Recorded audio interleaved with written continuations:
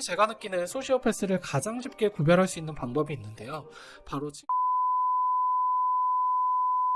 입니다.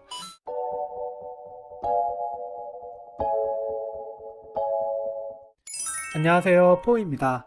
오늘은 조금 무거운 주제를 이야기해 보려고 하는데요. 바로 제가 살면서 만났던 소시오패스에 대한 이야기입니다. 반사회적 성격장애자인 소시오패스에 대해서는 이미 많이들 알고 계실 텐데요. 오늘 영상에서는 제가 살면서 만났던 소시오패스들을 통해서 소시오패스들의 공통적인 특징과 대처법에 대해서 말씀드려 보려고 합니다. 저도 이제 나이가 30대니까 살면서 정말 많은 사람들을 만났는데요. 그 중에서도 저와 가깝게 지냈던 소시오패스들은 딱 3명이 있었던 것 같아요. 물론 지금은 이분들과 모두 손절을 한 상태지만 저는 정신과 의사가 아니기 때문에 어디까지나 제 개인적인 의견이고요. 오늘 영상에서는 그분들의 실명이나 닉네임도 거론하지 않을 거고 제 지인들이 유추를 어렵게 하기 위해서 살짝 각색된 부분도 있으니까 이 부분은 소시오패스로 추정되는 분들의 사생활 보호 차원에서 양해를 부탁드릴게요. 우선 고등학교 시절 만났던 소시오패스 이야기를 하겠습니다. 편의상 1번 소패라고 제가 지칭을 할게요. 이 1번 소패와 저는 고등학교 내내 친구도 아니었고 그냥 아는 사람 정도의 관계였는데요. 고3 말쯤 수시 2차를 막 준비하기 시작하는 그 시기에 친해지게 된 케이스였어요. 제가 워낙 오래된 일이라 잘 기억나지는 않는데 이 친구가 학기 중간에 저한테 살갑게 친근하게 접근했던 기억이 납니다. 이 친구는 좀 노는 친구들이랑 같이 어울려서 당시에는 인싸였고 저는 그냥 공부만 하는 아싸에 가까웠거든요. 그래서 당시 인싸였던 그 친구가 먼저 그렇게 친근하게 접근을 하니까 저도 당연히 마음을 열고 이 친구를 받아들였는데요. 이 친구는 제가 어떤 학교에 원서를 넣는지 그런 거를 되게 궁금해 하더라고요. 보통 수시 같은 거 넣을 때 같은 학교 안에서도 눈치 싸움을 많이 하잖아요. 그리고 저한테 자기는 무슨 학교 무슨 과를 지원할 거다 이렇게 이야기를 해놓고선 막상 나중에 보니까 다른 학교 다른 과에 원서를 다 넣어놨더라고요. 그것도 제가 지망하는 학교에 더 경쟁률이 낮은 학과를 골라서 말이죠. 나중에 알고 보니까 이 친구랑 저랑 내신 점수랑 모의고사 등급이 거의 비슷했는데요. 그래서 제가 지망하는 학교나 학과 이런 거를 알기 위해서 접근한 게 아니었나 싶고요. 저는 나중에 대학교에 면접을 보러 가서 이 친구를 우연히 만났는데 이 학교에 지원한 걸 면접장 가서 알 정도였어요. 결과적으로 그 친구는 떨어지고 저는 붙어서 자연스럽게 멀어지게 되었는데요. 물론 제가 합격한 거에 대해서 축하한다는 말도 듣지 못했고요. 나중에 다른 친구를 통해서 들은 바로는 제가 뭐 운이 좋아서 붙었다는 식으로 그렇게 뒷말을 하고 다녔다고 합니다.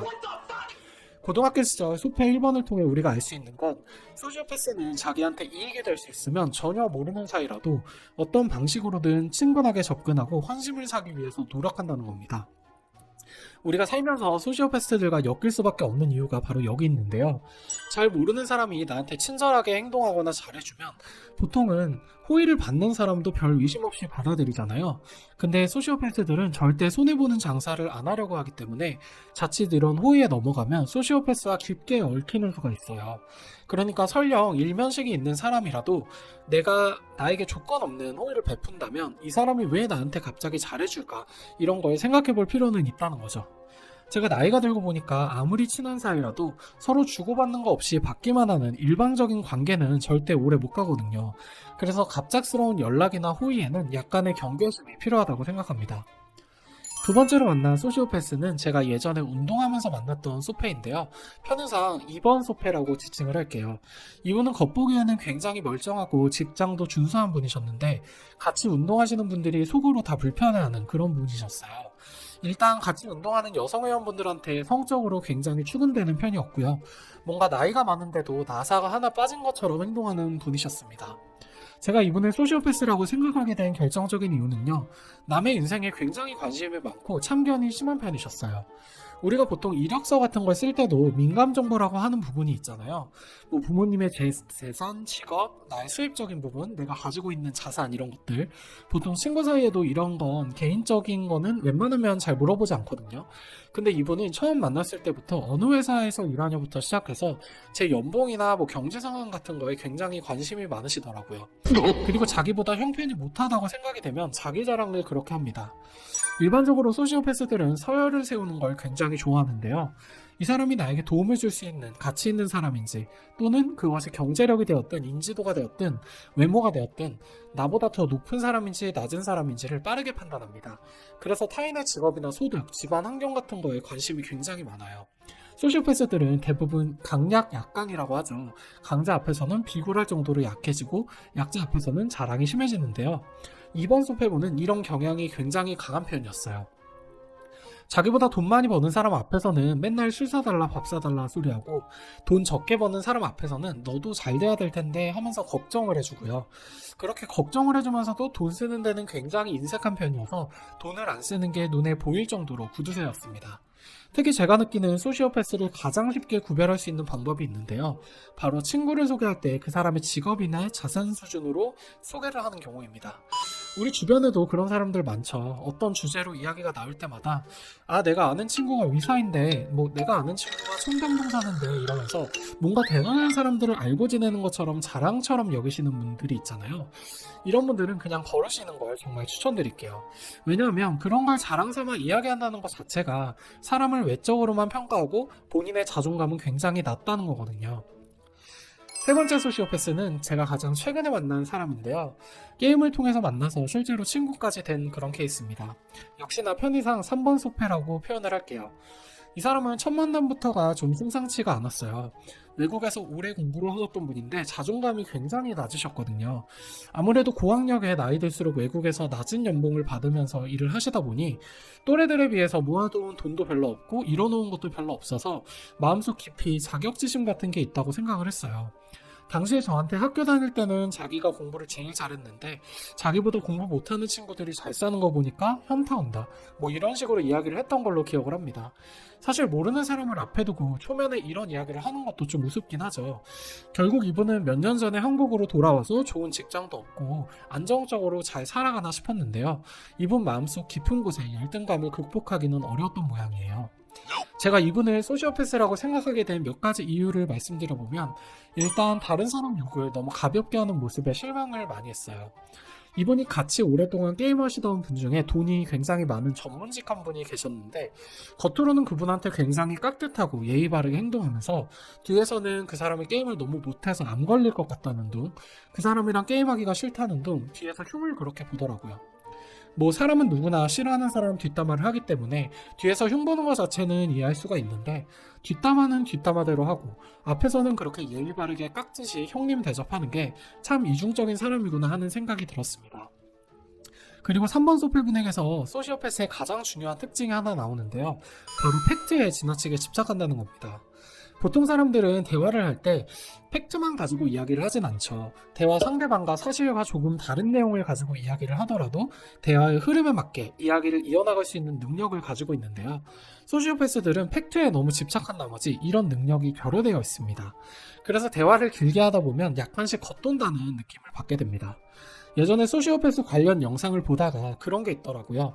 갑자기 엄마가 아파서 응급실에 실려간 상황에서 보통은 엄마가 괜찮은지 여부나 병원의 위치를 물어서 찾아가려고 하지만 소시오패스들은 왜 나한테 먼저 연락 안 했냐면서 따진다고 하잖아요. 소시오패스들은 자기가 정한 기준과 절차가 지켜지는 게 무엇보다 중요해서 타인의 감정이나 생각에는 전혀 관심이 없습니다. 3번 소패부는 팩트로 조진다, 팩트로 말해라 이런 말을 입에 달고 사는 분이셨는데요. 정작 자기가 했던 말이나 행동은 전혀 기억을 못하는 모습을 보였어요. 소시오패스들은 말과 행동이 다른 건 기본이고 내로남불의 성향이 강하기 때문에 만약에 여러분들이 직장이나 가족관계여서 소시오패스를 어쩔 수 없이 가까이 해야 되면 평소에 항상 카카오톡이나 전화 통화 내용 같은 걸 꼼꼼하게 저장을 해 놓으셔야 됩니다. 물론 항상 자기 말이 맞다고 생각하는 소시오패스에겐 별 소용이 없겠지만 나중에 내 주변 사람들한테까지 상황을 조작을 하려고 할 수 있기 때문에 되도록 딴소리할 여지를 안 남겨두는 게 중요하겠죠. 그리고 보통 인간관계에서 사소한 다툼이 일어나도 소시오패스들은 일반인과 반응 면에서 확연히 차이가 나는데요. 가령 장난이라고 해도 상대방이 기분이 나빴다면 기분 나쁘라고 한 건 아니었는데 미안해 정도로 사과하는 게 일반적이잖아요. 근데 소시오패스들은 네가 예민하다, 꼬였다, 내가 뭘 잘못했다고 사과하냐 이런 말들을 항상 달고 삽니다. 요즘 한창 화두로 떠오르고 있는 가스라이팅의 전형인 거죠. 한마디로 소시오패스들이랑 어울리면 내 감정에 솔직할 수가 없습니다. 보통 우리가 타인의 감정을 이해하기 위해서 역지사지를 해보라고 하는데 소시오패스들은 역지사지 자체가 안 되기 때문에 나의 감정을 이해해달라는 요구 자체가 무의미하다고 보시면 됩니다. 특히 소시오패스들은 사과라는 걸 굉장히 굴욕이라고 생각하기 때문에 좀처럼 사과를 하지 않고요. 만약에 해도 정말 성의 없이 사과를 합니다. 그래서 어떤 갈등 상황이 발생했을 때 나를 예민한 사람으로 몰아가거나 당최 이해를 못하겠다는 반응을 보이면 그런 소시오패스들은 멀리 하시는 게 좋습니다. 특히 제가 만났던 소시오패스 3명은 모두 다 남성분들이었는데요. 이 소시오패스들의 공통적인 특징 몇 가지를 말씀드려 볼게요. 첫 번째로 여성을 성적 도구처럼 생각하는 겁니다. 사실 남자들 음담패설 안 하는 사람 없잖아요. 근데 소시오패스들과 대화를 하다 보면 좀 정도가 지나칠 때가 많습니다. 이걸 받아줘야 되나 말아야 되나 싶을 정도로 말이죠. 두 번째는 언행이 굉장히 거칠고 가볍습니다. 가지고 있는 사회적 지위나 나이에 비해서 말을 상스럽게 하는 경향이 있어요. 욕도 굉장히 많이 하고 말을 함부로 하는데 그런 걸 본인이 쿨해서 그런 거다라고 믿고 있는 경우가 많습니다. 세 번째로 돈 자랑이 심하면서도 돈을 쓰는 데는 아주 인색합니다. 맨날 사준다, 해준다 이런 말을 자주 하는데 막상 약속을 잡으려고 하거나 사달라고 하면 소극적인 행동을 하고요. 자신의 수입이나 재산을 굉장히 과장하는 경향이 있습니다. 네 번째는 주변에 사람들이 많고 관계가 굉장히 가볍습니다. 위에서 말씀드린 것처럼 뭐하는 친구같이 이용 목적 위주로 관계를 맺기 때문에 굉장히 너저분한 관계를 맺는 경우가 많습니다. 그리고 주변 사람에게 어려운 부탁을 할 때도 별로 미안해하는 기색을 안 보이죠. 친구인데 이 정도도 못해줘? 하는 식의 워딩을 많이 사용합니다. 다섯째, 소시오패스들은 근거 없는 자신감이 넘치고 자기애적 성향이 강합니다. 보통 책을 한 권만 읽은 사람이 아예 안 읽은 사람보다 위험하다고 하는데요.